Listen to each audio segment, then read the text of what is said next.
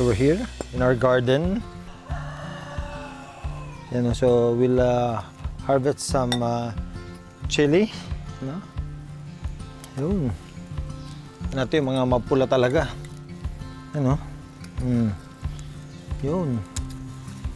Daghanta na harvest, oh. Oh. Oof. This is very spicy, super hot. We just came from harvesting our chilies. Yeah, no? Hello and welcome to Goma at Home. I'm Richard Gomez. Today we're preparing some homemade hot sauce. Okay? So I'll get things ready. I'll wash this and then I'll show you the ingredients.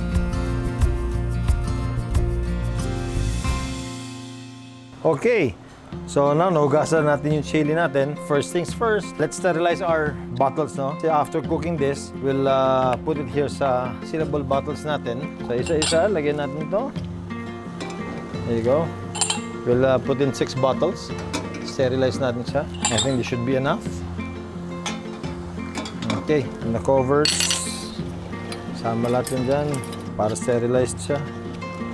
Okay, close it. Sige, next, hindi tayo. Let's get our stove ready. And then, we'll cut the ends, cut in half. Just like that. And then, dito siya. Ito, maanghang to. So, you have to be very careful with this. After working on your chili, you really have to wash your hands well and prevent from scratching your eyes, touching your face. It happened to me before. No? Kasi ako, naman ako, may allergy ako. So, mabilis ko mati yung ilong ko. The one time, I was doing this chili. My God. Anghang talaga dito sa mukha. Ngayon pa lang, mainit pa agad sa kamay. Kamay pa lang yan. Ha? I can feel the heat of this.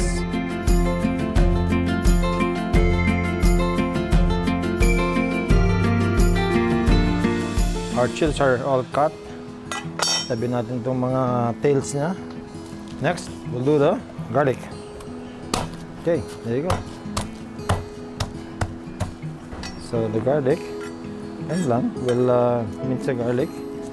Cut it in small pieces. Doesn't have to be very small kasi mamaya be-blender naman natin siya. This one can stay here on the side while I'm doing our onions. Nice thing about the onions, no? It will give you a beautiful scent and then it will give a little sweetness sa chili sauce natin. Okay. So, just like that. Good.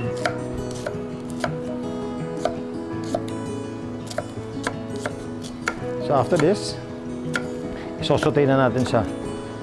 Let me just wash my hands first. Just because I wash my hands, it doesn't mean na wala itong anghang. Meron pa rin itong anghang na iiwan sa kamay. Okay. So now, we'll put in our olive oil. Since marami yung chili natin tsaka garlic, damihan din natin konti yung oil natin. And we'll put in our onions. Whoa, nice. Sizzling sound, oh. Ganda. And then we'll put in our garlic. Let's mix it for a while. Sabayin na natin yung chili natin. Sabay-sabay na itong maluluto. Nice. There you go. You should cook in about 10 minutes. Let's just close it first. Okay. Alam nyo ba, na yung mga chili na to, talaga native to sa Americans, no? Nag-originate yan sa mga bukid-bukid, yung mga gubat-gubat. And then, kung paano to nag-flourish, kung paano nagkalat yung chili. Kasi may mga birds na hindi sila affected dun sa anghang, yung capsicum ng chili. So, kinakain nila yung chili. And then, you know, they migrate, they fly to different places. And then, yung dumi nila, nahuhulog, tumutubo yung chili. So, ganun yung nangyari dun sa chili na yan. Itong chili to, these were first domesticated 7,000-9,000 years ago sa New Mexico na ang tawag Tehuacan Valley. Galing, no? Okay.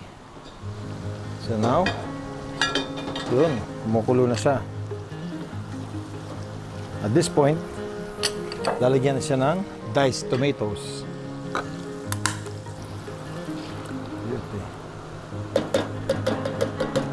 And then we'll add some water. Hot water, and then let it simmer. Okay, so while we're waiting for this to simmer, tatanggalin natin yung i-sterilize natin na bottles. So kunin natin yung sterilize natin ng mga jars. Nice. Go.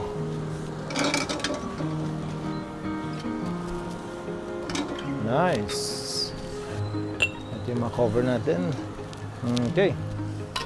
Very good. So now our sterilized bottles are done. We'll put it on the side. And then we'll check on our chili. Yan! Ganda! Kumukulo na siya. Then we'll put in some vinegar. About half a cup of vinegar. Yun yung magiging preservative niya. Ayan, that will keep your chili longer. And then lagyan natin siya ng apple juice. 2 cups of apple juice. Yeah. Isang kulo lang siya. Check on this. Okay, it's beginning to boil. Gawin natin. At this point, i-blender na natin siya. Okay.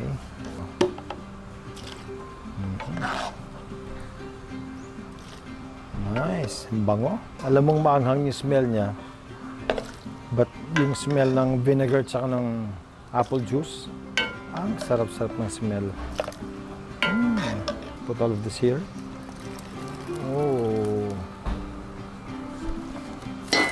Now always remember, pag ganito kapuno ang blender nyo, tapos mainit pa yung liquid, spicy pa siya, huwag nyo mamadaliin. Okay? Put it in low setting, then turn it on slowly. Because ayaw mo mag-splatter yung chili. Baka kumalat sa katawan mo or sa eyes mo, mainit talaga yan.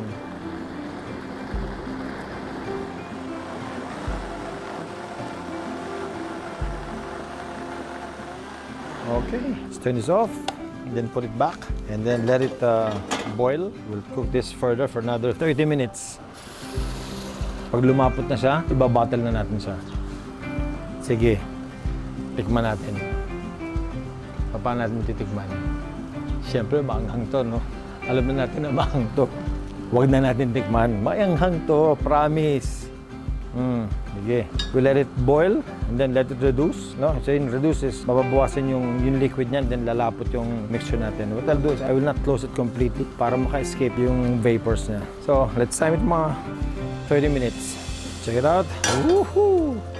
Wow! It's nice. Nag-reduce na siya, so nag-thicken up na yung hot sauce natin. I'm really curious. Tikman na natin. Putay ng chips. Pandami yata.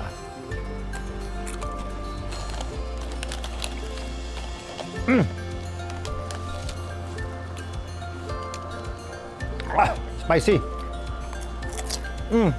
Masarap. Woo! Isa pa. Kunti lang.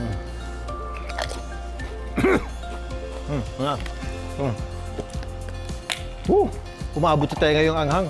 Sunod rin. May feel mo ba? Ahang kayo. Okay. This is good. Ngayon, babalik natin siya dito. While we were waiting for this to cook, we wash this na. Put it back here. Ito yung vessel natin para pang transfer din sa mga bottles. Okay.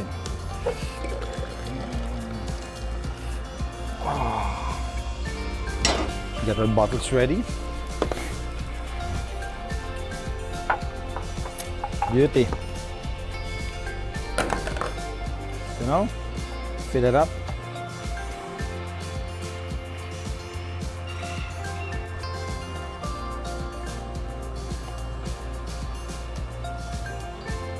So, meron pa siya naiwan. It's good for about mga 2 more bottles. So, what I can do is sterilize 2 more bottles and then put this there.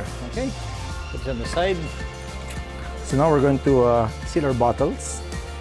Oh, nice. You know what's nice with this? You can keep this for about 3 months, no? Outside the refrigerator. But if you put it inside the refrigerator, you can keep for about 6 months. You know what's nice also? Pwede mong ibigay ito as gifts, no? Sa mga friends, sa family, sa relatives, yun. There you go, our hot sauce. Right here in Goma at home.